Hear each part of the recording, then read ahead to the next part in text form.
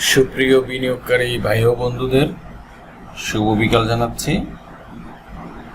আজকে মার্কেট চরম উত্থানে গেছে, চমৎকার একটা বাজার গেছে, ধারাবাহিক ছিল, একদম আগা থেকে গোড়া। আমরা 65-70 পয়েন্টসের কাছাকাছি দেখেছি। অ্যাডজাস্টেড একটা পয়েন্টস 60.88 পয়েন্টস, যেটা 5300 যে মাইল ফলক ছিল গতদিন একবার টাচ করে পড়ে গিয়েছিল, সেটাকে আজকে ওভারকাম করেছে। গতকালকে একটা কথা বলেছিলাম, মার্কেটে আমাদের ভলিউম বাড়ছে ধীরে ধীরে। আর গতকালকে 500 কোটি টাকার ভলিউম পার করলে আজকে একেবারে 600 কোটি টাকার উপরে চলে যায়। এটা যাওয়ার মূল কারণটাও আছে, সেটা বলছি। তার মধ্যে অ্যাডভান্স দেখতে পাচ্ছি 251টা, ডিক্লাইন আছে 89টা। তো কারণটা বলি, কারণটা হচ্ছে আমরা টপ 20-র দিকে তাকালে কিন্তু বুঝতে পারি সেখানে multinational company, fundamental share, square farmer মতো শেয়ার, জিপির মতো শেয়ার, রবির মতো শেয়ার, ব্যাটভিসি, এইসব শেয়ার, লাফার সুরমা, ব্যাক্স ফার্মা, এই টাইপের সব ফান্ডামেন্টাল শেয়ারস, এমনকি বেশ কিছু ব্যাংক, এগুলোকে দিয়ে কিন্তু আসলে মার্কেটটাকে উত্থান করা হয়েছে। এখন মার্কেট যেভাবে উত্থান করুক না কেন, শেয়ারের দাম বেড়েছে, সেটা যে শেয়ারই হোক, যে কারণেই আমাদের উত্থানটা হয়েছে। হয়তো সব শেয়ারের দাম বাড়ছে না, ধীরে ধীরে মার্কেট যখন স্টেবল হবে আমরা সব শেয়ারকে ধীরে ধীরে বাড়তে দেখব, কোনো শেয়ারই অবশিষ্ট থাকবে না। পতনের সময় যেরকম ধীরে ধীরে সব শেয়ারই পড়েছে, বাড়ার সময় বাড়বে। তবে কিছু শেয়ার এখানে ব্যতিক্রম আছে। ব্যতিক্রমগুলো আমি যখন চার্ট অ্যানালাইসিস করবো, একটা ব্যতিক্রম আপনাদেরকে এক্সাম্পল দেখাবো। সেটা না হয় দেখাই আসে, তাহলে আপনাদের জন্য সুবিধা হবে। যেমন খান ব্রাদার্স, দেখেন মার্কেট বেশ কিছু উত্থানে গেছে, আবার মাঝে মাঝে কারেকশনও হয়েছে, সবকিছু ঠিক আছে। আমরা যে মার্কেটে যে মোটামুটি আগা থেকে গোড়া দেখা যাচ্ছে, প্রতিদিনই বামে হঠাৎ করে করে শেয়ারটা দাম নিচে নামছে।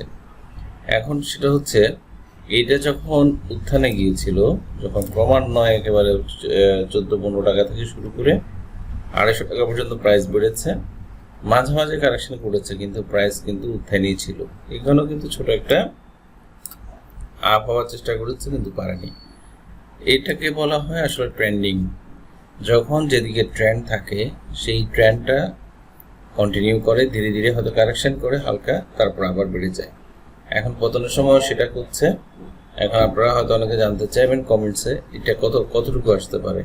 আমি বলবো এটা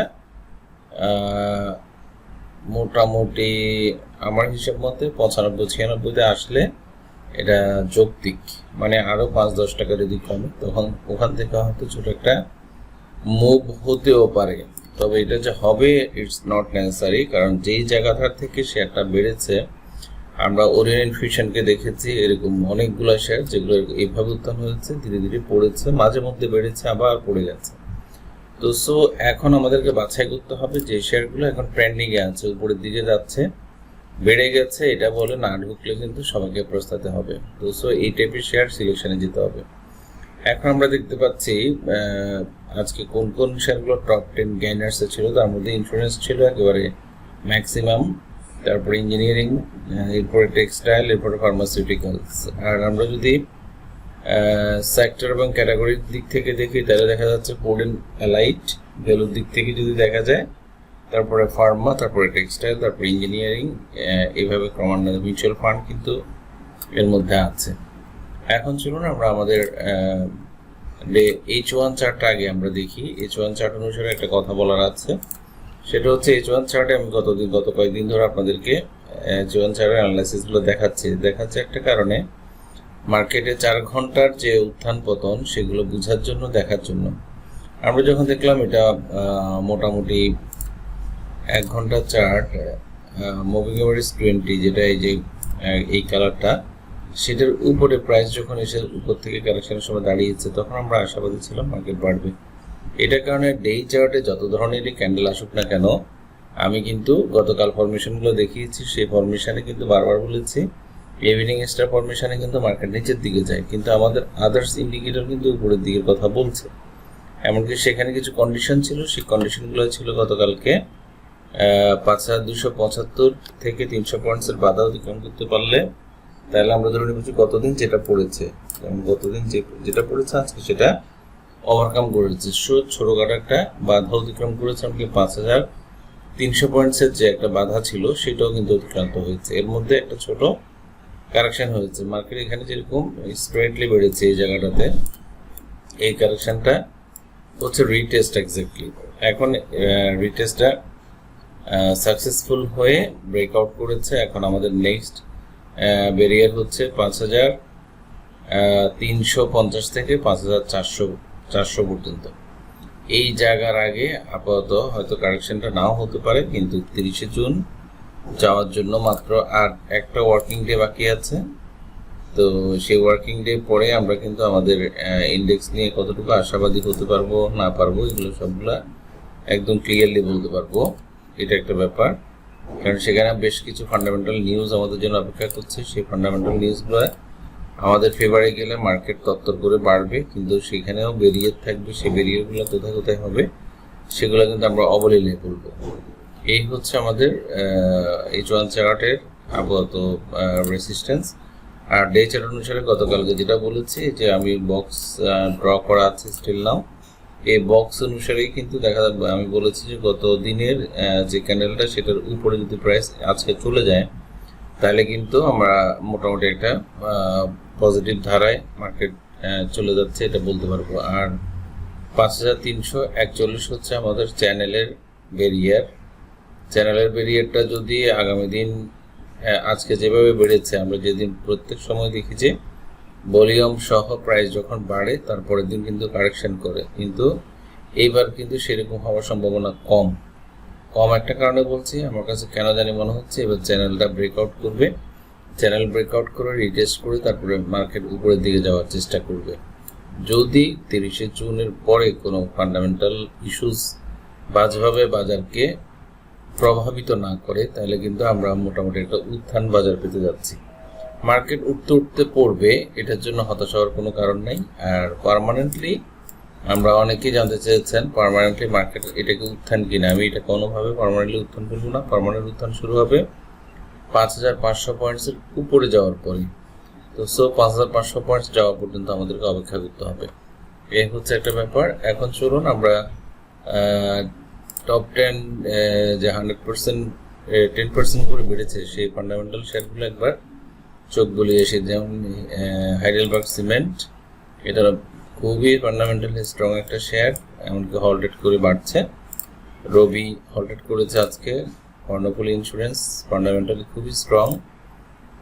ওয়ালটন, তিতাস, তারপরে গোল্ডেন সান ফান্ডামেন্টালি স্ট্রং না হলেও ফান্ডামেন্টাল যে ইপিএস, পি রেশিও, তারপরে নেট ক্যাশ ফ্লো, এনএভি, এগুলো সবগুলো গত বছরের চেয়ে এবার বেশ ইনক্রিজ করেছে, যেটার কারণে আমরা শর্টলি একটা উত্থান দেখেছি। আবার এখন কারেকশনও হচ্ছে ইউজুয়াল, এখন আবার বাড়ার পালা।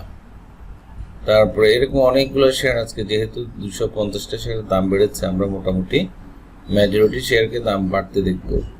আর কিছু শেয়ার এখনো বাড়েনি, 10-20 পয়সা করে বেড়েছে, সেগুলো আমাদেরকে খেয়াল করতে হবে। আর যে শেয়ারগুলো এর মধ্যে বেড়েছিল, যেমন লিন্ডিবিডি একদিনে যতটুকু বেড়েছে এখন ধীরে ধীরে কারেকশন করছে।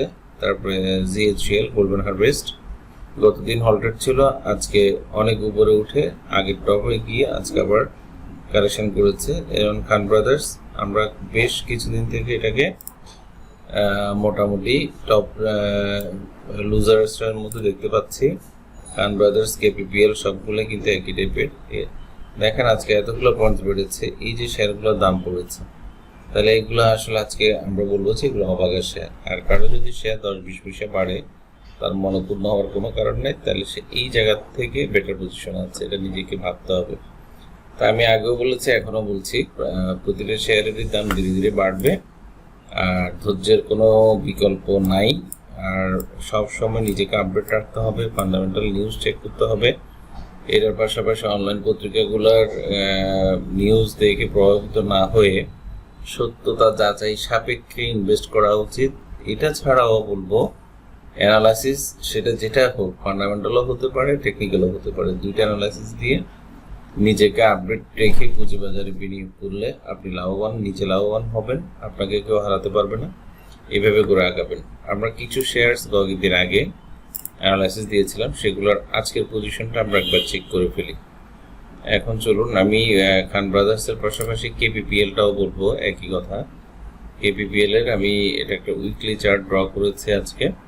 উইকলি চার্ট অনুসারে দেখা যাচ্ছে যে একটু আগে যেটা খান ব্রাদার্সকে নিয়ে বললাম, খান ব্রাদার্স যে কারণে এখনো পর্যন্ত পতনমুখী আছে, তারপরে কেপিপিএল মানে খুলনা প্রিন্টিংও কিন্তু এক্স্যাক্টলি একই রকম প্যাটার্নের মধ্যে আছে। এটা যতটুকু বেড়েছে মোটামুটি একদম গোড়ার কাছাকাছি জায়গায় চলে আসছে। 13-14 টাকা থেকে এটা বাড়া স্টার্ট করেছে, এখন 20-21 টাকা। যে শেয়ারটা আমরা 60 টাকা ট্রেড হতে দেখেছি সেটা এখন 21 টাকা। তাহলে খান ব্রাদার্সের ক্ষেত্রে এরকম ঘটনা ঘটবে, এমনকি ধীরে ধীরে মাঝে মধ্যে বেড়েছে। এটা যদি উইকলি চার্ট, তাদের কাছে মনে হচ্ছে এটা কম। এখন দেখেন তাহলে বুঝতে পারবেন যে স্টাইলে বেড়েছে একই স্টাইলে পড়েছে।